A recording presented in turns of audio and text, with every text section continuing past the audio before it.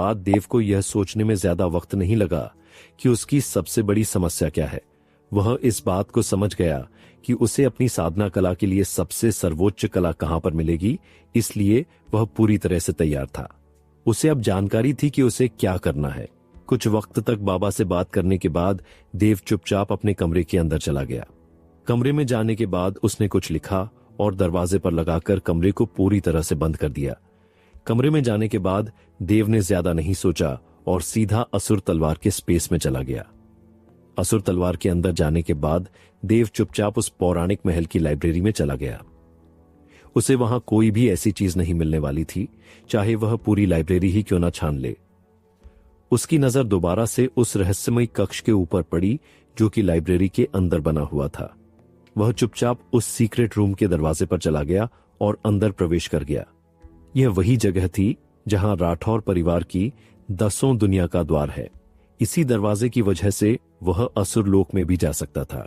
इसीलिए उसने इस बारे में ज्यादा नहीं सोचा और अपने सामने की तरफ देखने लगा। वह यह सब देख ही रहा था कि तभी उसने अपने लिए श्रेष्ठ साधना कला खोजने के लिए इच्छा करना शुरू कर दिया। आसपास बहुत सी नजरें दौड़ाने के बाद भी उसे कोई ऐसी साधना कला नहीं मिली जो उसके लिए लिखी हो। इसलिए उसने सभी गुप्त जानकारियों को देखना शुरू कर दिया। कुछ ही वक्त के बाद उसकी नजर शीर्ष पर पड़ी जहां पर एक प्राचीन स्क्रोल रखा हुआ था। ऐसा लग रहा था कि इस स्क्रोल को बहुत कम ही इस्तेमाल किया गया होगा क्योंकि उस पर पूरी तरह से धूल पड़ी हुई थी। इसलिए देव चुपचाप उस अलमारी के ऊपर चला गया। उसने उसे लेने की कोशिश की पर उसे हैरानी हुई कि उसके ऊपर एक बैरियर बना हुआ था। उसने अपनी शक्तियों को जागृत किया और तेजी से उसके ऊपर हमला कर दिया, पर उसे इस बात की हैरानी हुई कि चाहे वह कितना भी हमला कर ले या कोई भी ऊर्जा डाल दे, वह उस बैरियर को पार नहीं कर पा रहा था। तभी अचानक देव को कुछ सूझा। उसने अपने सर पर चपत मारते हुए कहा कि मैं इतना ज्यादा परेशान हो गया हूं कि मैं भूल ही गया था कि यहां हर एक चीज राठौर परिवार के वंश के द्वारा ही होती है। इसलिए उसने अपने वंश को पूरी तरह से जागृत कर दिया। उसके जागृत करते ही चारों तरफ एक बैंगनी रोशनी फैलने लगी। तभी उस स्क्रोल के सामने जो बैरियर बना हुआ था वह अचानक से हट गया। उसका हाथ उस बैरियर से ऐसे गुजर गया जैसे कि कोई मक्खन में हाथ डाल रहा हो। उसने आसानी से बैरियर से स्क्रोल निकाला और उसे देखा तो उस पर अजीब सी चीजें बनी हुई थीं, पर उसके साथ साथ उस पर एक वाक्य लिखा हुआ था जिसे पढ़ते ही ऐसा लग रहा था जैसे कि इंसान किसी पौराणिक जमाने में आ गया हो। उस पर लिखा हुआ था आदिम शून्य शास्त्र। उस स्क्रोल का नाम पढ़ते ही देव को बहुत ही दिव्य अनुभव महसूस हुआ। ऐसा लग रहा था जैसे कि कोई पौराणिक शास्त्र रखा गया हो। आदिम शून्य शास्त्र सच में दुनिया के 10 महान प्राचीन शास्त्रों में से एक था। दुनिया में 10 महान शास्त्र थे, लेकिन 2 पहले स्थान पर स्थित थे जिन्हें कभी भी अलग नहीं किया गया। कहा जाता था कि उन दोनों में से न कोई श्रेष्ठ है और न ही कोई कम है, इसलिए दोनों को एक ही रैंकिंग में रखा गया था। और ये 2 शास्त्र थे आदिम अराजकता कला और आदिम शून्य शास्त्र। इन दोनों शास्त्रों का मिलना बहुत ही मुश्किल था। कहा जाता था कि पुराने जमाने में ये अपनी तरफ से खत्म हो चुके थे। तभी अचानक बहुत सी जानकारियां देव के माथे के अंदर समाने लगीं। जैसे ही देव के माथे के अंदर वह जानकारी समाई, अचानक उसके हाथ का स्क्रोल पूरी तरह से गायब हो गया और दोबारा से उस बैरियर के अंदर खुद ब खुद चला गया। बैरियर के पूरी तरह से बंद हो जाने के बाद इस वक्त देव इस हालत में नहीं था कि वह उस बैरियर को देख सके। वह चुपचाप वहीं पर साधना की मुद्रा में बैठ गया और अपने शून्य शास्त्र को चलाना शुरू कर दिया। शुरू में उसे बहुत ज्यादा परेशानी होने लगी थी। अचानक उसे ऐसा लग रहा था जैसे कि उसकी चेतना में किसी ने विस्फोट कर दिया हो। यह जानकारियां इतनी ज्यादा थीं कि वह चाहकर भी इन्हें नहीं पचा पा रहा था। पर अचानक उसका वंश खुद जागृत हो गया। धीरे से उसके पीछे देवांश प्रकट हुआ। देवांश के प्रकट होते ही हॉल में चारों तरफ बैंगनी रोशनी फैलने लगी। इस वक्त उस हॉल में लगी 10 मूर्तियों के अंदर से बैंगनी रोशनी निकली और तेजी से देव के अंदर समाने लगी। जैसे जैसे यह सभी रोशनी देव के अंदर समाती जा रही थी, देव के अंदर की शक्तियों का बाढ़ सा आने लगा। ऐसा लग रहा था जैसे कि कोई ऊर्जा का विकराल रूप वहां पर प्रकट होने वाला हो। इस वक्त आदिम शून्य शास्त्र की जानकारी पूरी तरह से देव के अंदर आ गई थी। देव ने इस पीड़ा से बचने के लिए आदिम शून्य शास्त्र को चलाना शुरू कर दिया। जैसे ही उसकी ऊर्जा इस शास्त्र के अनुसार चलने लगी, धीरे धीरे उसकी जितनी भी परेशानियां थीं और जितनी भी अनियंत्रित ऊर्जा थी, वह पूरी तरह से उसके हिसाब से चलने लगी। उसकी बाधा, जो अभी पूरी तरह से टूटी नहीं थी, वह पूरी तरह से बिखर गई और देव आसानी से मार्शल सम्राट के पहले स्तर पर पहुंच गया। लेकिन इस वक्त उसकी शक्तियां पूरी तरह से शुद्ध नहीं थीं। इसके लिए उसे सबसे पहले आकाशीय बिजली के क्लैश को भी सहना पड़ता। इसलिए वह जल्दी से असुर तलवार से बाहर आ गया। उसके बाहर आते ही अचानक पूरी एकेडमी के ऊपर काले काले बादल छाने लगे। जैसे जैसे वे काले बादल छाते जा रहे थे, वे सिर्फ एकेडमी के ऊपर ही नहीं बल्कि 10 दिशाओं में मीलों दूर तक फैलने लगे। ऐसा लग रहा था कि आसपास के कई मील दूर के पल भी देखे जा सकते थे। इतने गहरे बादल थे जैसे कि कोई महान सम्राट प्रकट होने वाला हो। उस आभा को महसूस करते ही पूरी एकेडमी के लोग पूरी तरह से हैरान हो गए। इस वक्त यश राठौर अपनी कुटिया से बाहर आए। उन्होंने जब यह देखा तो उनके चेहरे की मुस्कान और भी ज्यादा बढ़ गई। उन्होंने कहा, इस बच्चे ने मुझे निराश नहीं किया। उन्होंने अपनी शक्तियों से शक्तियों के प्रवाह को बाहरी दुनिया से ढक दिया। उनके ऐसा करते ही अचानक चारों तरफ रोशनी फैलने लगी और एक सुरक्षा घेरे ने पूरी एकेडमी को घेर लिया। इसीलिए एकेडमी के अंदर क्या हो रहा था, किसी बाहरी को मालूम नहीं चला। बस सब इतना जानते थे कि कोई क्लेश को पार कर रहा है, पर कौन पार कर रहा था, इस बारे में किसी को जानकारी नहीं थी। वहीं देव इन सभी खबरों से बेखबर आसमान की तरफ किसी सम्राट की तरह खड़ा था। उसके अंदर की आभा पूरी तरह से बदल चुकी थी। ऐसा लग रहा था कि वह खुद इस जगह का शासक हो। उसके अंदर से इस वक्त शासन की ऊर्जा निकल रही थी। आदिम शास्त्र की वजह से उसकी ऊर्जा, जो पूरी तरह से शुद्ध नहीं थी, वह अब बदलने लगी थी। धीरे धीरे देव के पीछे से एक आकृति प्रकट होने लगी। उस आकृति के प्रकट होते ही अचानक आसपास का दबाव बहुत ज्यादा बढ़ गया। चारों तरफ का दबाव इतना ज्यादा था कि अगर यश राठौर ने पहले से ही घेरा नहीं बनाया होता तो एकेडमी का हर एक योद्धा अपने घुटने पर आ चुका होता। उसकी आभा पूरी तरह से बदल चुकी थी। उसके शरीर पर चारों तरफ कांटे निकले हुए थे और उसके माथे पर 2 सींग उगाए थे। उसके साथ साथ उसकी आंखें किसी शून्य की तरह गहरी काली थीं, जैसे कि हजारों आकाशगंगाएं उसके अंदर समाती जा रही हों। वह किसी ब्लैक होल की तरह थी। उसके मुंह के अंदर से ऐसा लग रहा था जैसे कि कुछ अंधकार हो, जो पूरी सृष्टि की हर एक चीज को निगलने के लिए काफी हो। उसके ऊपर 2 काले पंख फड़फड़ा रहे थे।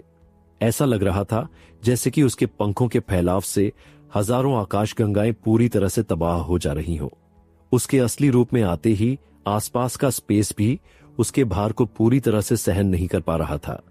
यह दबाव खुद यश राठौर के ऊपर भी पड़ रहा था। यह उनके वंश का दबाव था। इस दबाव की वजह से वे भी अपनी पूरी शक्तियों का इस्तेमाल नहीं कर पा रहे थे। इस बात से उन्हें भी बहुत ज्यादा हैरानी हुई। उन्हें उम्मीद नहीं थी कि देव का रूप इतना ज्यादा खतरनाक होगा। आखिर उसे कौन सा शास्त्र मिला था? राठौर परिवार के उत्तराधिकारी के बारे में कोई भी नहीं पूछ सकता था। इस वक्त सबकी नजर ऊपर पड़ी, जहां पर एक युवक किसी सम्राट की तरह अपने हाथों को पीछे बांधकर खड़ा हुआ था। उसके पीछे पीछे एक 50 फीट लंबा सांप जैसा प्राणी था, लेकिन वह सांप नहीं था। वह ड्रैगन जैसा प्राणी था, लेकिन वह ड्रैगन भी नहीं था। वह दिव्य नाग की तरह था, लेकिन वह दिव्य नाग भी नहीं था। ऐसा लग रहा था कि उन सभी को मिलाकर एक नए प्राणी को बनाया गया हो, जिसकी आभा और भी ज्यादा खतरनाक लग रही थी। तभी आकाश की बिजली और भी ज्यादा कड़कने लगी, जैसे कि वह आज पूरी त्रिलोकी एकेडमी को मिट्टी में मिला देना चाहती हो। बिजली की गरज इतनी ज्यादा थी कि कई योद्धाओं के कानों से खून आने लगा था। कई बुजुर्गों की हालत भी पूरी तरह से खराब थी। उन्हें समझ में नहीं आ रहा था कि यह कौन सा बिजली का क्लेश है। आसमान में 7 रंगों की बिजली कड़क रही थी। ऐसा लग रहा था कि जब तक वह देव को पूरी तरह से नष्ट नहीं कर देगी, तब तक वह नहीं मानेगी। आखिर एक सम्राट क्या होता है? सम्राट वह होता है जिसके सामने करोड़ों लोग अपने सर को झुकाते हैं। सम्राट वह है जिसके सामने देवता खुद झुकते हैं। सम्राट वह है जिसके सामने। अगला कदम। क्या आप चाहते हैं कि मैं इस 7 रंगों वाली दिव्य बिजली और देव के बीच के भयानक युद्ध का वर्णन करूं? सम्राट क्या है? सम्राट वह है जिसके सामने देवता भी सिर झुकाते हो। सम्राट क्या है? जिसके सामने राक्षस भी अपने सिर झुकाते हैं। सम्राट क्या है? जिससे सभी काली शक्तियां डरती हो, सभी असुर जिसके सामने नतमस्तक हो जाते हो। वह अहंकारी से अहंकारी देवता भी उसके सामने झुक जाते हो, उसे बोलते हैं सम्राट। आज एक नया सम्राट पैदा होने वाला था। अचानक से देव के अंदर से बैंगनी रोशनी का भंडार निकला जो चारों तरफ फैल गया। लेकिन इस वक्त उसके चारों तरफ बैंगनी रोशनी के साथ साथ एक काली रोशनी भी थी जो इतनी भयानक थी कि आसपास की जगह को भी निगलने लगी थी। देव को समझने में ज्यादा देर नहीं लगी कि यह कोई साधारण बिजली नहीं है जिससे वह आसानी से पार कर सके। वहीं जैसे ही देव ने दोबारा से आसमान की तरफ देखा, आसमान की बिजली और भी ज्यादा तेजी से कड़कने लगी और बिजली धीरे धीरे पूरे एकेडमी के ऊपर और भी तेजी से इकट्ठा होने लगी। एक बहुत ही विशाल पुंज की तरह वह बिजली तेजी से देव की तरफ बढ़ी। देव चुपचाप अपने हाथ बांधे खड़ा हुआ था। उसने ज्यादा कुछ नहीं सोचा। जैसे ही वह बिजली उसके ऊपर आने वाली थी, अचानक से उसने अपने हाथों में ऊर्जा को इकट्ठा किया और सीधे उस बिजली के ऊपर हमला कर दिया। इस वक्त देव ने सिर्फ साधारण मुक्के का इस्तेमाल किया था। वह सिर्फ अपनी शारीरिक शक्ति का परीक्षण करना चाहता था कि आखिर उसकी शारीरिक शक्ति कितनी ज्यादा बढ़ गई है। इसलिए उसने ज्यादा किसी भी शक्ति का इस्तेमाल नहीं किया था। लेकिन फिर भी शक्ति इतनी ज्यादा प्रबल थी कि उसने उस बिजली के आधे हिस्से को पूरी तरह से चकनाचूर कर दिया। लेकिन आधी बिजली सीधे उसके हाथों से होते हुए उसके शरीर में समा गई। देव जो अभी अभी आसमान में तैर रहा था, वह सीधे जाकर जमीन पर गिरा। जहां भी देव गिरा वहां गड्ढा हो गया और चारों तरफ धूल फैल गई। तभी धीरे धीरे देव उस गड्ढे से बाहर निकला। उसे खून लगा था। उसने आसमानी बिजली को बहुत कम करके आंका हुआ था। वह समझ रहा था कि वह पहले वाली साधारण क्लेश थी जिसे वह आसानी से निकाल भी सकता था, लेकिन यह क्लेश बहुत ज्यादा खतरनाक था।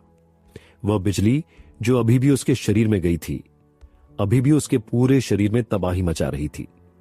इस चीज को महसूस करते ही देव की आंखें पूरी तरह से ठंडी हुईं। उसने आदिम शून्य शास्त्र को चलाना शुरू कर दिया। जैसे ही आदिम शून्य शास्त्र को उसने चलाना शुरू किया, अचानक से देव के शरीर के चारों तरफ ऐसा लगा कि कोई काला भंवर हो। उसने उस बिजली को एक बार में ही सोख लिया। वह बिजली जो अभी अभी उसके ऊपर कहर बरपा रही थी, अब ऐसा लग ही नहीं रहा था कि वहां पर कुछ हो। इस वक्त देवांश की आंखें पूरी तरह से उग्र हो गईं। उसने एक दहाड़ लगाई। दहाड़ इतनी तेज थी कि पूरी एकेडमी पूरी तरह से कांप उठी। इस वक्त देव ने अपनी ऊर्जा को पुनः प्राप्त करना शुरू कर दिया। कुछ ही वक्त के बाद उसकी चोट पूरी तरह से ठीक हो गई और उसने दोबारा से आसमान की तरफ देखा, जैसे कि वह अहंकार भरी नजरों से देख रहा हो। वहीं जब आकाशीय बिजली को यह दिखा कि देव उसे चुनौती दे रहा है, तो आसमान की गर्जना और भी तेज हो गई। ऐसा लग रहा था जैसे कि वह एक बार में ही पूरे साम्राज्य को खत्म करने की ताकत रखती हो। तभी अचानक धीरे धीरे आसमान के अंदर एक सुनहरी आंख दिखाई देने लगी। उस सुनहरी आंख के अंदर पूरी तरह से लाल रोशनी की पुतलियां दिखाई दे रही थीं। जैसे ही वह पुतली दिखाई दी, अचानक से चारों तरफ की निगाहें झुकने लगीं। यह इतनी ज्यादा खतरनाक थी कि हर कोई दबाव महसूस कर रहा था। जैसे ही यह शक्ति प्रकट हुई, अचानक से देव के अंदर का जो राठौर वंश पूरी तरह से शांत बैठा था, वह अपने आप जागृत हो गया। ऐसा लग रहा था कि वह अपने स्वाभाविक दुश्मन से मिल गया हो। अचानक से देव के पीछे देवांश के शरीर के ऊपर हल्की हल्की लकीरें बनने लगीं। जैसे ही यह लकीरें बनी, अचानक धीरे धीरे देवांश का शरीर पूरी तरह से बड़ा होने लगा। जैसे ही यह हुआ, अचानक से यश राठौर के द्वारा जो भी बैरियर बनाया गया था, देव की इस हलचल को छुपाने के लिए उस बैरियर में दरारें पड़ने लगीं। तभी दोबारा से देवांश ने अपनी एक दहाड़ लगाई और अचानक से पूरा बैरियर किसी शीशे की तरह चकनाचूर हो गया। यही नहीं, जैसे ही सुनहरी आंख प्रकट हुई, जितने भी मार्शल सम्राट या मार्शल सम्राट से ऊपर के योद्धा थे, किसी की भी निगाहें ऊपर टिक नहीं पा रही थीं।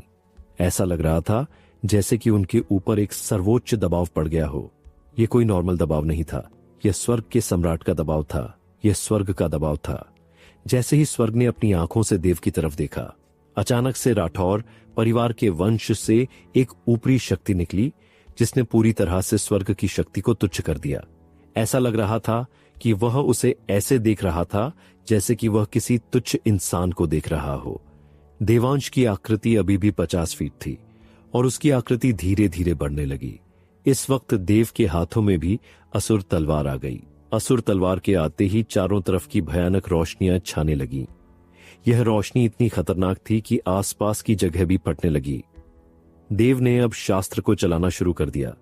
उसके साथ साथ उसने अपनी वंशावली को पूरी तरह से जागृत कर दिया। इस वजह से देवांश के ऊपर के बैंगनी पैटर्न भी और भी तेजी से बढ़ने लगे, जो खुली आंखों से दिखाई दे रहे थे। उसी वक्त पूरे आसमान में एक दहाड़ गूंजी, जो सिर्फ एकेडमी पर ही नहीं बल्कि पूरे 7वें महाद्वीप में भी सुनी जा सकती थी। इस दहाड़ की वजह से हर एक को ऐसा लग रहा था जैसे कि किसी ने उनकी आत्मा में विस्फोट कर दिया हो। धीरे धीरे देवांश की आकृति इतनी बड़ी हो गई कि उसने पूरे आसमान को पूरी तरह से ढक लिया। वह काले बादल जो अभी भी पूरे त्रिलोकी एकेडमी को मिटाने में सक्षम थे, उसके पंखों से पूरी तरह से बिखर गए। स्वर्ग की आंख ने जब यह देखा तो उसका क्रोध और भी ज्यादा बढ़ गया। उसने अपनी आंखों से एक तीखी रोशनी निकाली जो तेजी से देवांश के ऊपर हमला करने वाली थी। देवांश ने अपना मुंह खोला तो ऐसा लगा जैसे कि उसके मुंह के सामने एक ब्लैक होल प्रकट हो गया हो। उसने एक बार में ही उस आंख द्वारा भेजी हुई रोशनी को पूरी तरह से निगल लिया। यही नहीं, देवांश सीधे उस आंख की तरफ बढ़ गया, जैसे कि वह उस आंख को पूरी तरह से निगल जाना चाहता हो। आंख ने पहले तो वार करने की कोशिश की, लेकिन देवांश ने एक बार में ही उस आंख की शक्ति को पूरी तरह से सोख लिया, जिससे वह आंख जो अभी अभी पूरी तरह से अहंकार भरी नजरों से देव के ऊपर देख रही थी, वह पूरी तरह से खत्म हो गई। ऐसा लग रहा था जैसे कि आसमान अनाथ हो गया है। चारों तरफ, यहां तक कि 7 महाद्वीप में खून की बारिश होने लगी थी। हर तरफ हलचल मची हुई थी। आसमान गहरे काले रंग से झुक गया था, जैसे कि चारों तरफ उदासी का माहौल हो और पूरी प्रकृति की शक्ति खतरे में हो। धीरे धीरे देवांश की आकृति छोटी होने लगी और कुछ वक्त के बाद वह देव के शरीर में समा गई। वहीं देव अपनी तलवार पकड़कर खड़ा हुआ था। उसे समझ में नहीं आया कि आखिर यह क्या हुआ।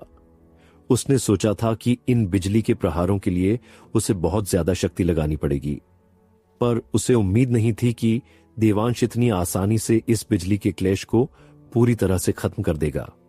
उसे अब याद आया कि रोहित ने उसके बारे में क्या कहा था। उसने कहा था कि उसकी मार्शल आत्मा ने पूरे बिजली के प्रहार को पूरी तरह से सोख लिया था, यहां तक कि उसके घाव के अंदर के जहर को एक बार में ही पूरी तरह से निकाल लिया था। पर उसे इस बात पर विश्वास नहीं हुआ था। उसे ऐसा लग रहा था जैसे कि रोहित उससे मजाक कर रहा हो। लेकिन आज यह घटना उसके सामने घटी थी, इसलिए अब इस पर कोई भी शक नहीं था। उसे अब मालूम हुआ कि आखिर देवांश की शक्ति कितनी ज्यादा प्रबल थी। देवांश के पूरी तरह से अंदर समा जाने के बाद अचानक से देव ने अपनी आंखों को धीरे धीरे खोला। तभी अचानक उसके अंदर स्वर्ग और पृथ्वी की शक्ति पूरी तरह से तेजी से आने लगी। प्रकृति की ऊर्जा इतनी ज्यादा शुद्ध थी कि वह देव के पूरे शरीर और मांसपेशियों को पूरी तरह से मजबूत करने लगी। ऐसा लग रहा था जैसे कि कोई अलग शक्ति प्रकट हुई हो। वहीं देव के ऊपर का ड्रैगन स्केल धीरे धीरे पूरी तरह से चमकने लगा। उसके चारों तरफ ऐसे लग रहा था जैसे कि बहुत सारे छोटे छोटे ड्रैगन घूम रहे हों। वह साधना की अवस्था में चला गया। साधना में जाने के बाद देव की शक्तियां जो धीरे धीरे पूरी तरह से इकट्ठा होने लगी थीं, वह शुद्ध होने लगीं और उसकी ऊर्जा केंद्र में समाने लगी। देव ने अभी भी अपनी आंखों को नहीं खोला था, पर उसने अपनी ऊर्जा को अपने ऊर्जा केंद्र के अंदर नहीं बल्कि धीरे धीरे उस ड्रैगन स्केल की तरफ बढ़ाना शुरू कर दिया। जैसे जैसे वह शक्तियां ड्रैगन स्केल के अंदर जाती जा रही थीं, देव का स्केल जो पहले ड्रैगन स्केल के पहले स्तर पर था, धीरे धीरे उसकी शक्ति बढ़ने लगी। वह ऐसा लग रहा था जैसे कि एक बहुत बड़ी दीवार दिखाई दे रही हो। देव ने अपनी चेतना के माध्यम से उस दरवाजे को देखा जिसके ऊपर बहुत सारी सुनहरी ड्रैगन की आकृतियां बनी हुई थीं। देव ने अपनी ड्रैगन ऊर्जा को तेजी से उसके ऊपर वार करना शुरू कर दिया। जैसे जैसे वह वार कर रहा था, उसकी वजह से ऐसा लग रहा था जैसे पानी को किसी पत्थर के ऊपर फेंका जा रहा हो। पहले तो कोई असर नहीं हुआ, लेकिन बहुत ऊर्जा लगाने के बाद भी वह दीवार हल्की सी हिली। देव को समझ में आ गया कि उस दीवार को तोड़ना इतना आसान नहीं है। इसमें उसने धीरे धीरे राठौर परिवार की ऊर्जा के साथ साथ देवांश की शक्ति का भी इस्तेमाल करना शुरू कर दिया। जैसे जैसे देव की शक्ति और देवांश की शक्ति एक हुई, अचानक से देव के अंदर एक अजीब सी शक्ति प्रकट हुई, जिसने उसकी वास्तविक ऊर्जा को और भी ज्यादा शक्तिशाली कर दिया। जैसे ही यह हुआ, अचानक से देव की चेतना में देवांश की आकृति प्रकट हुई और तेजी से उस दीवार के ऊपर वार किया। देवांश की आकृति प्रकट होते ही सभी ड्रैगनों ने अपने सिर झुका लिए, जैसे कि वह अपने राजा को देख रहे हों। देवांश ने सीधे दीवार के ऊपर हमला किया। वह दीवार जो अभी तक देव के लिए बहुत ज्यादा परेशानी बनी हुई थी, वह पूरी तरह से टूट गई। अचानक से चारों तरफ सुनहरी रोशनी बढ़ने लगी। यही नहीं, उसके चारों तरफ धुंधली सी सुनहरी ड्रैगन की आकृतियां प्रकट हुईं और दोबारा से देव के अंदर समा गईं। इसका अर्थ यह था कि देव अब आसानी से अपने दोनों हाथों को ड्रैगन के हाथों में बदल सकता था। ड्रैगन के कुल 7 चरण होते थे, जिसमें पहले चरण में इंसान का दाहिना हाथ, दूसरे चरण में दूसरा हाथ, तीसरे और चौथे में दोनों पैर और 5वें चरण में इंसान का ऊपरी शरीर पूरी तरह से ड्रैगन में बदल जाता था।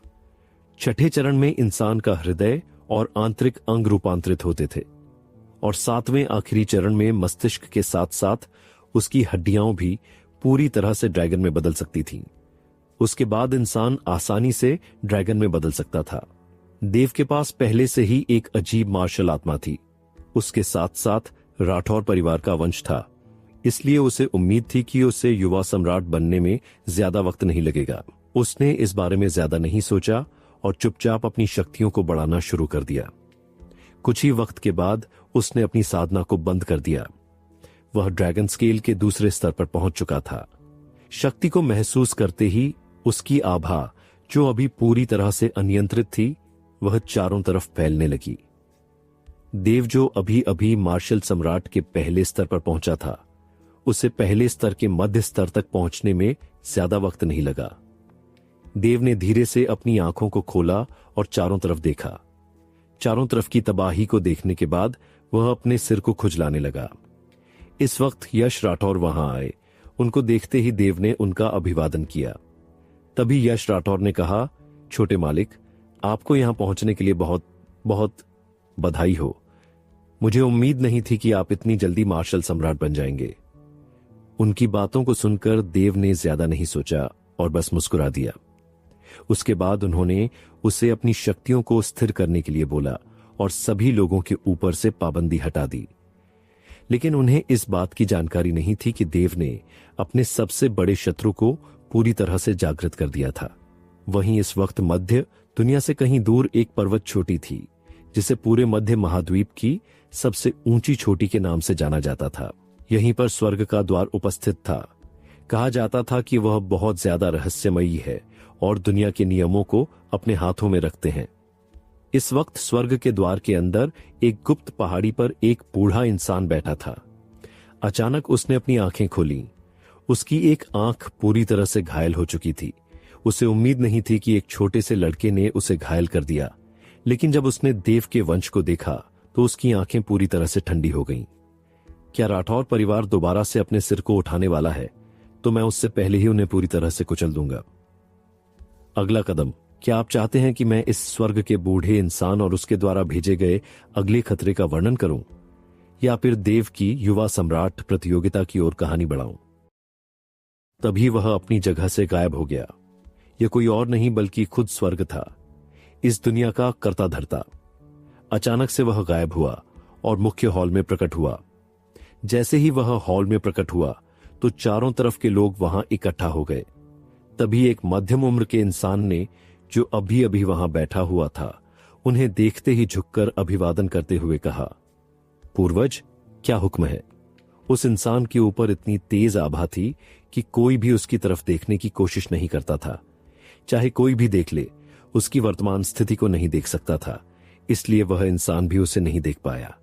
तभी उसने कहा, मैंने कहा था तुमसे कि तुम राठौर परिवार के ऊपर नजर रखो। तुम क्या कर रहे हो? इन बातों को सुनकर उस मध्यम उम्र के इंसान ने कहा, नहीं, मैंने पहले ही राठौर परिवार के वर्तमान मुखिया से मुलाकात कर ली है। वह पहले ही हमारे प्रति निष्ठा का भाव रख चुका है। यही नहीं, हमने राठौर परिवार के बहुत से प्रतिभाशाली युवाओं को पहले ही खत्म कर दिया है, जिससे उनके वंश को बर्बाद होने में ज्यादा वक्त नहीं लगेगा। उसकी बातों को सुनकर उस बूढ़े इंसान ने उसके ऊपर एक थप्पड़ से वार कर दिया। उसने कहा, तुम्हें किसने कहा कि राठौर परिवार के सभी प्रतिभाशाली युवक पूरी तरह से तबाह हो चुके हैं? उन सभी से कई ज्यादा प्रतिभाशाली युवक अभी भी बाहरी दुनिया में घूम रहा है। उसके बाद उसने अपने हाथ से इशारा किया। तभी उसके सामने एक युवक की परछाई प्रकट हुई। इस युवक की छाया को देखते ही अचानक वह इंसान बहुत ज्यादा हैरान हुआ, क्योंकि मध्यम उम्र के उस इंसान ने आज तक देव को नहीं देखा था। उसने राठौर परिवार के लगभग सभी लोगों को देखा था, पर किसी ने उसके बारे में नहीं सुना था। तभी मध्यम उम्र के इंसान ने कहा, पूर्वज, मैं आपको उम्मीद दे सकता हूं कि यह लड़का राठौर परिवार का नहीं है। अगर राठौर परिवार का है भी, तो अभी वह राठौर परिवार से अलग है, क्योंकि इसका कोई भी ताल्लुक राठौर परिवार के साथ नहीं है। उसकी बातों को सुनकर बूढ़े इंसान को ऐसा लग रहा था जैसे कि वह उसकी पिटाई कर देगा, पर उसने अपने गुस्से को पूरी तरह से कंट्रोल किया। उसके गुस्से की वजह से चारों तरफ बादल कांपने लगे और बिजलियां कड़कने लगीं। तभी बूढ़े इंसान ने अपने भाव को शांत किया। वहीं उस इंसान ने जब देखा कि वह बूढ़ा इंसान क्रोधित हो रहा है, तो एक पल के लिए वह कांप गया। भले ही कोई नहीं जानता हो कि उसके पूर्वज की शक्ति क्या है, पर वह अच्छे से जानता था। इसलिए उसने जब उस बूढ़े इंसान को क्रोधित होते हुए देखा, तो उसके शारीरिक भाव पूरी तरह से बदल गए। उसने कहा, पूर्वज, मैं जल्द से जल्द इसके बारे में मालूम करने की कोशिश करता हूं और देखूंगा कि आखिर यह लड़का कौन है। तब उस इंसान ने कहा, तुम्हें खुद जाने की जरूरत नहीं है, क्योंकि यह लड़का त्रिलोकी एकेडमी के अंदर है। किसी को त्रिलोकी एकेडमी भेजो और उस लड़के को गुप्त रूप से मारने की कोशिश करो। उसकी बातों को सुनकर उस मध्यम उम्र के इंसान ने कहा, पर पूर्वज, आपको मालूम होना चाहिए कि उसके अंदर एक इंसान रहता है जिसे निपटाना इतना आसान नहीं है। उसकी बातों को सुनकर एक पल के लिए उस बूढ़े इंसान ने अपनी मुट्ठियां भींच लीं, जैसे कि उसे उस इंसान से परेशानी हो। उसने कहा, पूर्वज, क्या हमें लगता है कि हमें उसके खिलाफ कदम उठाना चाहिए? उसकी बातों पर उस बूढ़े इंसान ने कहा, नहीं, तुम सीधे उसके खिलाफ कदम नहीं उठा सकते। तुम परोक्ष रूप से उसके खिलाफ कदम उठाओ और किसी प्रतिभाशाली युवक को उसे चुनौती देने के लिए भेजो और उसे पूरी तरह से खत्म करने की कोशिश करो। उसकी बातों को सुनकर एक पल के लिए उस मध्यम उम्र के इंसान ने कुछ सोचा और उसके बारे में बोला, मुझे लगता है कि हमें यह कदम 10 महान युवा सम्राट की प्रतियोगिता के वक्त लेना चाहिए। मुझे लगता है कि यह कदम उस वक्त के लिए सबसे अच्छा होगा। उसकी बातें सुनकर बूढ़े इंसान ने कहा, मैं नहीं जानता तुम कब तक कदम उठाओगे, लेकिन मुझे उस लड़के की जान चाहिए। उसके बाद वह बूढ़ा इंसान वहां से गायब हो गया। वह कौन था? वह इस 7वें महाद्वीप का कर्ता धर्ता था, लेकिन वह एक बच्चे से निपट नहीं सकता था। यह उसके लिए सबसे बड़ी परेशानी की बात थी। इसलिए वह अपने गुस्से को ज्यादा कंट्रोल नहीं कर पा रहा था। वहीं इस वक्त सिर्फ स्वर्ग के द्वार ही नहीं, बल्कि चारों तरफ हर एक प्राचीन परिवार के अंदर खलबली मची हुई थी। उन्होंने आज एक अजीब सी आकृति को देखा था, जिसने एक पल में ही स्वर्ग की आंख के सामने चुनौती पेश की थी। क्या ऐसा हो सकता है कि कोई ऐसी शक्ति प्रकट हो गई है जो ईश्वर की शक्ति को चुनौती देना चाहती हो? स्वर्गीय आंख के प्रकट होने के बाद क्या हुआ, यह किसी को भी नहीं दिखा, क्योंकि कोई भी अपनी नजर को उठाकर नहीं देख सकता था। एक इंसान था जिसने सभी चीजें चुपचाप देखी थीं। यह कोई और नहीं बल्कि यश राठौर थे। वहीं राजपूत परिवार के अंदर एक बहुत ही खूबसूरत आकृति अपनी आंखें बंद करके बैठी हुई थी। उसके चारों तरफ अलग अलग शक्तियां तैर रही थीं। ऐसा लग रहा था जैसे कि स्वर्ग की देवी वहां प्रकट हो गई हो। वहीं वह चारों तरफ से भले ही खूबसूरत लग रही थी, लेकिन उसकी आभा बहुत ही ज्यादा खतरनाक थी। वहीं इस वक्त अचानक से उस भवन में कुछ हलचल हुई और वहां पर एक काले कपड़े वाला इंसान प्रकट हुआ। उसके प्रकट होते ही देविका ने धीरे से अपनी आंखें खोलीं। अपनी आंखें खोलने के बाद धीरे धीरे उसकी ठंडी निगाहें उस काले कपड़े वाले इंसान के ऊपर पड़ी। तभी उसने कहा, क्या तुम उसकी कोई खबर लाए हो? उसकी बातों को सुनकर काले कपड़े वाले इंसान ने कहा, मालकिन, हम पहले ही खबर ले चुके हैं। उसके बाद उसने तीनों परिवारों के साथ देव की लड़ाई और बाकी सभी चीजें बता दी। उसके साथ साथ उसने बताया कि देव अब मार्शल सम्राट बन चुका है। इस चीज को महसूस करते ही देविका की आंखें धीरे धीरे खुशी के साथ चमक उठीं। अब उन्हें ज्यादा वक्त नहीं था जब वे दोनों एक दूसरे के साथ मिलने वाले थे, इसलिए उसकी खुशी की सीमा नहीं थी। उसने तीनों परिवारों के साथ देव की लड़ाई और बाकी सभी चीजें बता दी। उसके साथ साथ उसने बताया कि देव अब मार्शल सम्राट बन चुका है। इस चीज को महसूस करते ही देविका की आंखें धीरे धीरे खुशी के साथ चमक उठीं। अब उन्हें ज्यादा वक्त नहीं था जब वे दोनों एक दूसरे के साथ मिलने वाले थे, इसलिए उसकी खुशी की सीमा नहीं थी। वहीं उस इंसान ने कहा, मालकिन, एक और खबर है। मुझे लगता है कि शायद स्वर्ग का द्वार युवा मालिक के खिलाफ हो सकता है। उसकी बातों को सुनकर अचानक से देविका की आंखें पूरी तरह से ठंडी हो गईं। उसने कहा, अगर स्वर्ग का द्वार उसके खिलाफ जाने की कोशिश करेगा तो मुझे पूरे स्वर्ग के द्वार को मिटाने में ज्यादा परेशानी नहीं होगी। ये कहते ही उसके अंदर से एक खतरनाक भावना निकली, जिसने एक पल के लिए उस काले कपड़े वाले इंसान को पूरी तरह से डरा दिया।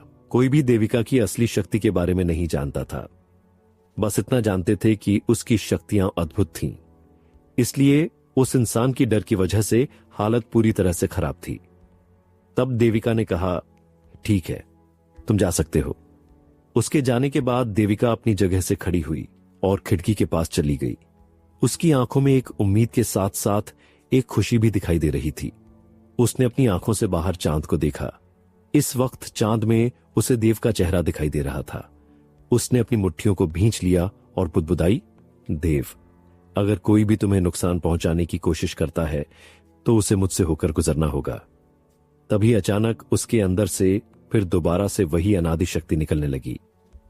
ऐसा लग रहा था जैसे कि देविका के अंदर कोई ऐसी शक्ति बंद है जो बाहर आना चाहती हो। वह किसी क्रूर शक्ति की तरह लग रही थी, पर देविका ने उसे पूरी तरह से दबाकर रखा हुआ था, जिसकी वजह से वह शक्ति देविका को नुकसान नहीं पहुंचा पा रही थी और वह दोबारा चुपचाप साधना की अवस्था में चली गई। वहीं इस वक्त राजपूत परिवार के एक अलग आंगन में एक अधेड़ उम्र का इंसान बैठकर चाय पी रहा था। उसके सामने एक और काले कपड़े वाला इंसान खड़ा था। अगर देविका वहां होती तो एक पल में ही पहचान जाती कि यह वही इंसान है जो उसके पास देव की खबर लेकर आया था। तभी उस काले कपड़े वाले इंसान ने कहा, परिवार के मुखिया, मुझे लगता है कि आपको मुझे नहीं बुलाना चाहिए। अगर युवा मालकिन को इस बारे में मालूम चल जाता है तो मेरी परेशानी बढ़ सकती है। उसने एक मुस्कान के साथ अपने सामने वाले इंसान को देखा। वहीं उस इंसान ने कहा, तुम्हें क्या लगता है कि वह बच्चा कहां तक जाएगा? उसकी बातों को सुनकर काले कपड़े वाले इंसान ने कहा, परिवार के मुखिया, मुझे लगता है कि युवा प्रतिभाओं में उन्हें शीर्ष पर रखा जा सकता है। ऐसा कोई भी नहीं है जो उनकी प्रतिभा को दबा सके। उसकी बातों को सुनकर वह इंसान हैरानी से उस काले कपड़े वाले इंसान की तरफ देखने लगा। उसने कहा, क्या तुम्हें इतना विश्वास है कि वह लड़का इतना ज्यादा शक्तिशाली और प्रतिभाशाली है? उसकी बातों को सुनकर उसने कहा, परिवार के मुखिया, अच्छा होगा कि आप भी युवा मालिक के मामले में न पड़े, नहीं तो आपको दो तरफा परेशानी उठानी पड़ सकती है और यह हमारे परिवार के लिए सही नहीं होगा। उसकी बातों को सुनकर उस अधेड़ उम्र के इंसान को थोड़ी जिज्ञासा हुई। उसने कहा, आप ऐसा क्यों कह रहे हैं? क्या आपको लगता है कि राजपूत परिवार इतना कमजोर है कि एक छोटे बच्चे के सामने झुक जाएगा? उसकी बातों को सुनकर काले कपड़े वाले इंसान ने कहा, परिवार के मुखिया, आप यह छोड़ दीजिए कि वह बच्चा क्या करेगा। क्या आप राजकुमारी के क्रोध को बर्दाश्त कर सकते हैं या आप उनकी उस लड़के के प्रति कट्टर भावना को मिटा सकते हैं? इसलिए अगर आप नहीं चाहते कि हमारा परिवार टूटे तो मैं आपको यह सलाह दूंगा कि आप युवा मालकिन और उस लड़के को नियति के सहारे ही छोड़ दें। मुझे नहीं लगता कि वह लड़का इतना खराब है। तब उस इंसान ने कहा, आपको मालूम होना चाहिए कि अब उस लड़के के खिलाफ खुद राठौर परिवार के साथ साथ स्वर्ग का द्वार है और मुझे लगता है कि स्वर्ग का द्वार और राठौर परिवार इस वक्त बहुत करीब आने लगे हैं। तो आपको लगता है कि हमें क्या एक छोटे से लड़के के लिए इन दोनों बड़ी शक्तियों को नाराज करना चाहिए? अगर उन दोनों की नजर हमारे परिवार के ऊपर पड़ गई तो हमें बचना भी मुश्किल हो जाएगा। उनकी बातों को सुनकर काले कपड़े वाला इंसान अभी कुछ कहता ही कि अचानक वहां हलचल हुई और धीरे से एक आकृति प्रकट हुई। उसे देखते ही काले कपड़े वाले इंसान के चेहरे के भाव पूरी तरह से बदल गए। उसे उम्मीद नहीं थी कि वह आकृति वहां आ जाएगी। उसने हैरान नजरों से देखते हुए कहा, आप यहां क्या कर रही हैं? उनकी बातों को सुनकर देविका का चेहरा धीरे से उसकी तरफ मुड़ा। उस वक्त उस काले कपड़े वाले इंसान को ऐसा महसूस हो रहा था जैसे कि किसी ने उसके ऊपर पहाड़ रख दिया हो। उसकी हालत पूरी तरह से खराब थी और माथे से पसीना बह रहा था। वहीं इसके बाद देविका ने अपना सिर घुमाकर राजपूत परिवार के मुखिया की तरफ देखा। उसकी निगाहों को देखकर एक पल के लिए उस अधेड़ उम्र के इंसान को थोड़ी घबराहट हुई, लेकिन उसने कहा, देविका, तुम सिर्फ उस लड़के के बारे में नहीं सोच सकती, तुम्हें अपने परिवार के बारे में भी सोचना चाहिए। उसकी बातों को सुनकर उसने कहा, जैसे आपने मेरी मां के बारे में सोचा था। उसकी उग्र निगाहों को महसूस करते ही उस इंसान की आंखों में एक अपराध बोध आया, लेकिन उसने तुरंत उसे छुपा लिया और कहा, परिवार से बढ़कर कुछ भी नहीं है। तभी उसके कानों में देविका की ठंडी आवाज गूंजी, मैं नहीं मानती इस फालतू की बकवास को। अगर किसी ने भी मेरे और देव के बीच आने की कोशिश की तो फिर मुझे परिवार का सम्मान न करने के लिए और एक पुत्री के रिश्ते की अवहेलना करने के लिए मत टोकना। जाते वक्त वह बोली, क्योंकि देव की परेशानी मेरी परेशानी है। अगर कोई देव के खिलाफ जाता है तो वह मेरे खिलाफ जाता है। अगर आप इस बात की गांठ बांध लें और उसके दुश्मनों से दूर रहें तो ही अच्छा है, नहीं तो मुझे राजपूत परिवार को त्यागने में ज्यादा वक्त नहीं लगेगा। उसके बाद उसकी आकृति वहां से गायब हो गई। उसके जाने के बाद काले कपड़े वाले इंसान ने अपना माथा पोंछा। वहीं उस अधेड़ उम्र के इंसान ने मुट्ठियां भींच लीं। वह कुछ करना चाहता था पर उसे फैसला लेने में परेशानी हो रही थी। वह सिर्फ राठौर परिवार का मित्र ही नहीं बल्कि एक लड़की का पिता भी था। उसने पहले ही अपनी पत्नी को खोने की वजह से उसे नाराज किया था। अब उसे महसूस हो रहा था कि क्या वह अपनी बेटी के लिए अपने परिवार को कुर्बान करेगा। तभी उस इंसान ने कहा, परिवार के मुखिया, हमें क्या करना चाहिए? उसकी बातों को सुनकर मुखिया ने कहा, अभी के लिए हम देखेंगे कि क्या करना है। अच्छा होगा कि हम अभी पूरी तरह से शांत रहें। इसके बाद वह बड़ा राजभवन शांत हो गया। वहीं ऐसी ही हलचल हर एक परिवार में मची हुई थी। इसके साथ साथ राठौर परिवार में तो सबसे ज्यादा चर्चा थी। उस वक्त राठौर परिवार के वर्तमान मुखिया ने गुस्से में अपने चारों तरफ देखते हुए कहा, मुझे जल्द से जल्द उस लड़के की हर एक खबर चाहिए। वह किसके साथ मिलता है, हर खबर मैं चाहता हूं। मैं जल्द से जल्द उसे दुनिया से मिटाना चाहता हूं। मैं नहीं चाहता कि राठौर परिवार पूरी तरह से चकनाचूर हो जाए। उसके साथ कुछ बुजुर्ग भी थे, लेकिन कुछ बुजुर्ग अभी भी राजी नहीं थे, पर वे कुछ भी नहीं कर सकते थे क्योंकि उनकी शक्ति इतनी नहीं थी कि वे वर्तमान मुखिया के साथ लड़ सकें। तभी अचानक वहां पर एक आकृति प्रकट हुई, लेकिन वह पहले जितनी इज्जत से मुखिया को नहीं देख रही थी। अचानक एक दबाव परिवार के मुखिया के ऊपर पड़ने लगा। इस दबाव को महसूस करते ही मुखिया के माथे से पसीने आने लगे। तभी अचानक वहां पर यश राठौर प्रकट हुए। उनको देखते ही सभी लोगों ने उनका अभिवादन किया, लेकिन सबसे ज्यादा हैरान इस बात पर थे कि जिनकी शक्ति मुखिया के बराबर ही थी, अचानक उनकी शक्ति इतनी ज्यादा कैसे बढ़ गई। राठौर परिवार का मुखिया भी हैरान था। उसने हैरान नजरों के साथ यश राठौर की तरफ देखते हुए कहा, तुम इतने शक्तिशाली कैसे हो गए? यश राठौर ने अचानक एक नई रोशनी निकाली और उसे पूरी तरह से लपेट लिया। एक बार में ही उसका गला यश राठौर के हाथों में था। उन्होंने कहा, मैं नहीं जानता कि तुम क्या करने वाले हो। जब तक यह बात परिवार की है, मैं किसी को रोकने की कोशिश नहीं करूंगा, लेकिन अगर युवा मालिक के खिलाफ किसी बड़े ने कदम उठाने की कोशिश की तो मुझे यह बोलने में वक्त नहीं लगेगा कि राठौर परिवार भी इस यश राठौर से ताल्लुक रखता है, जिसकी वजह से तुम लोगों का वजूद है। इसके बाद उन्होंने उसे फेंक दिया और अपनी जगह से गायब हो गए। अगला कदम, क्या आप चाहते हैं कि मैं देव की उस 10 महान युवा सम्राट प्रतियोगिता में पहुंचने और वहां स्वर्ग के द्वारा भेजे गए पहले प्रतिद्वंद्वी से टकराने का दृश्य लिखूं? राठौर के जाने के बाद पूरे राठौर परिवार में हलचल मची हुई थी। हर कोई बस इसी बारे में बात कर रहा था। पूरा राठौर परिवार अब दूसरी तरफ हो गया था।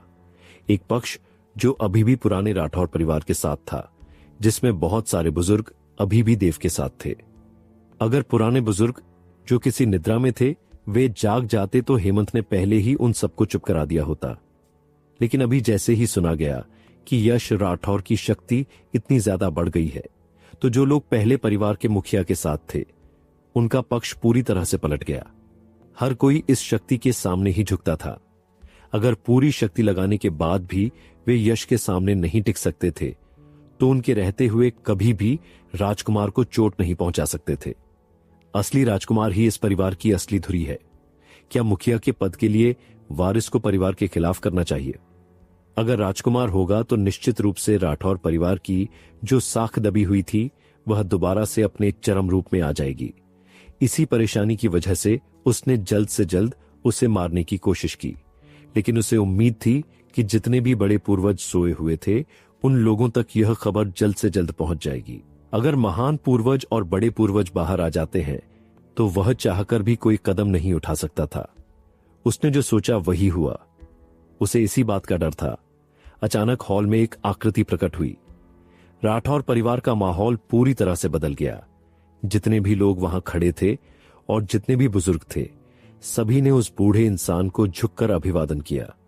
ये कोई और नहीं बल्कि परिवार के महान बुजुर्ग थे।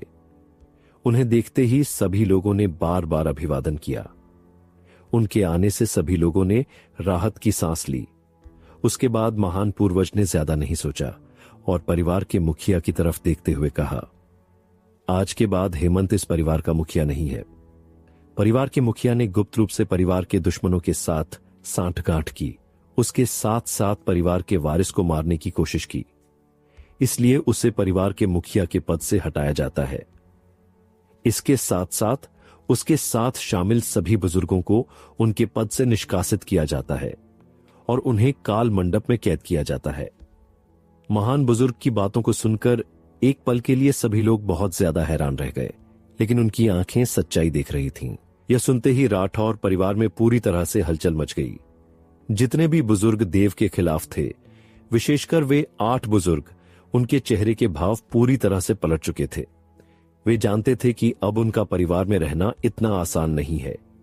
जैसे ही महान बुजुर्ग अपना कदम उठाने वाले थे, अचानक हेमंत ने अपने पास से एक ताबीज निकाला और उसे पूरी तरह से कुचल दिया।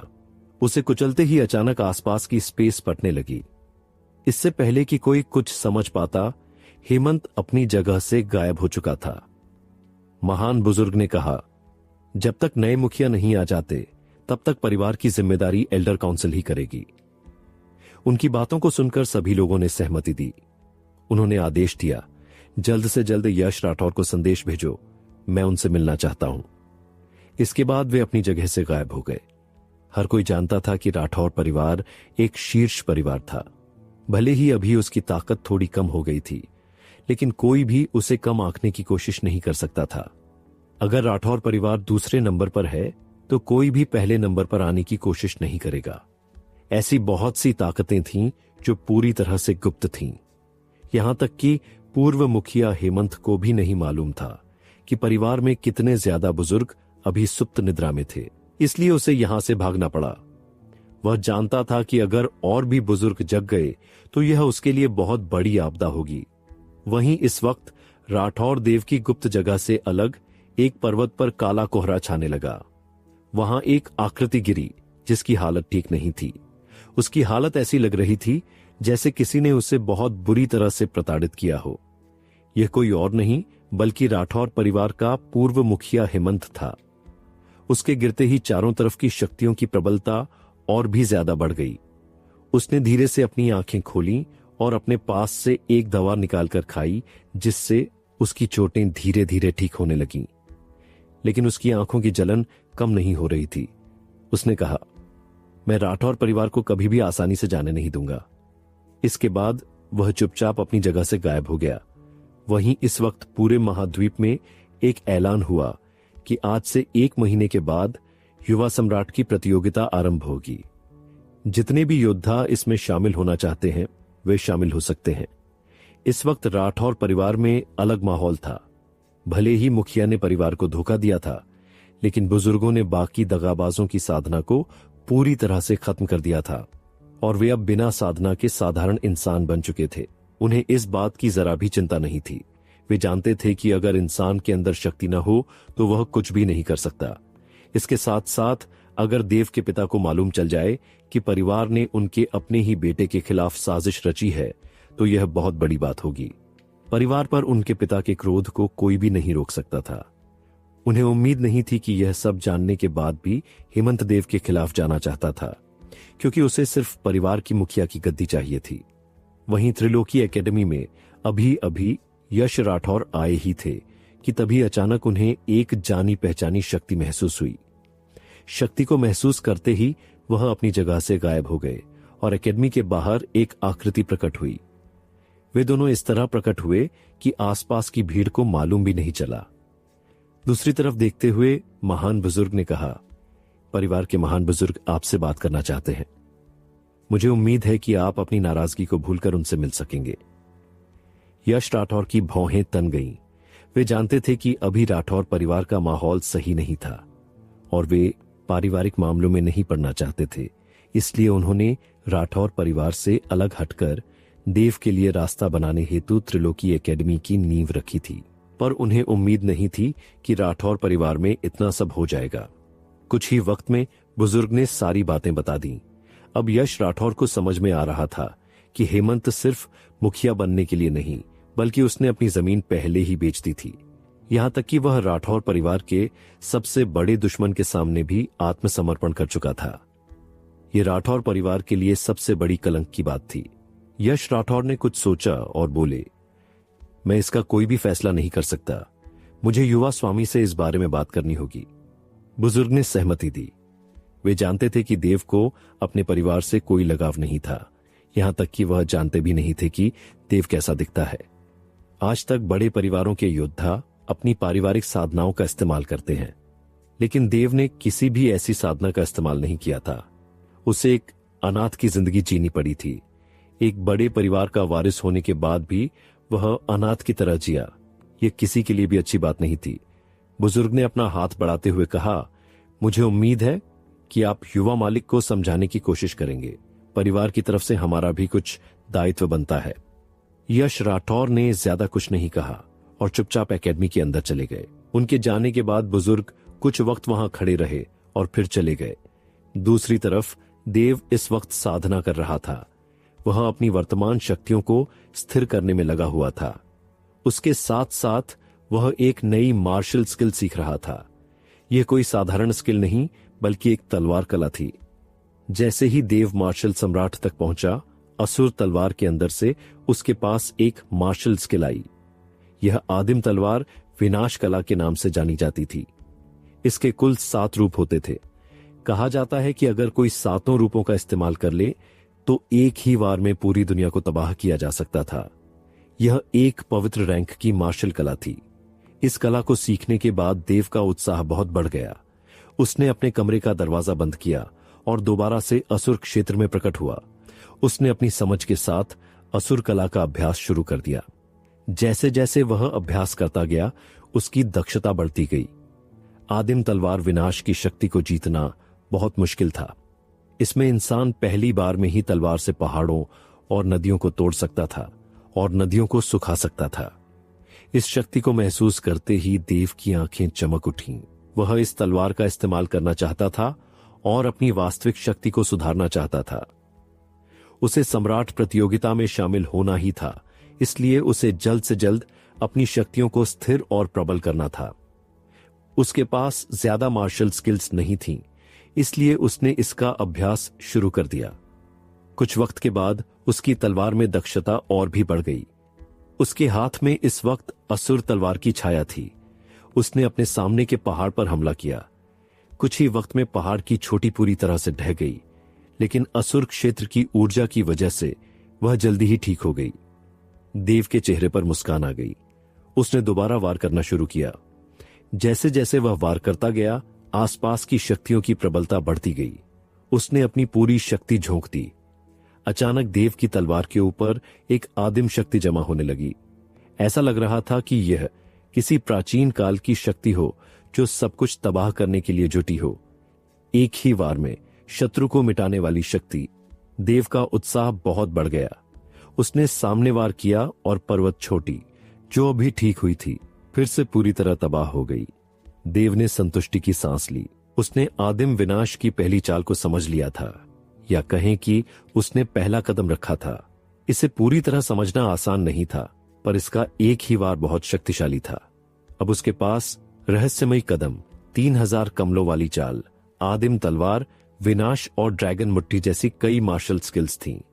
उसने जरा भी लापरवाही नहीं की।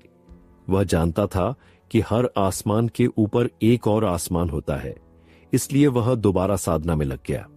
वहीं यश राठौर देव के कमरे के पास आए, लेकिन कमरा बंद देखकर वापस चले गए। उन्होंने कहा कि जब देव एकांत से बाहर आए तो उनसे कहें कि वे मिलना चाहते हैं। पूरी त्रिलोकी एकेडमी में शांति थी। जब बाकी छात्रों को मालूम चला कि एक पिछड़े महाद्वीप का योद्धा आया और उनका पवित्र पुत्र बन गया, तो यह उनके लिए हथौड़े जैसा था।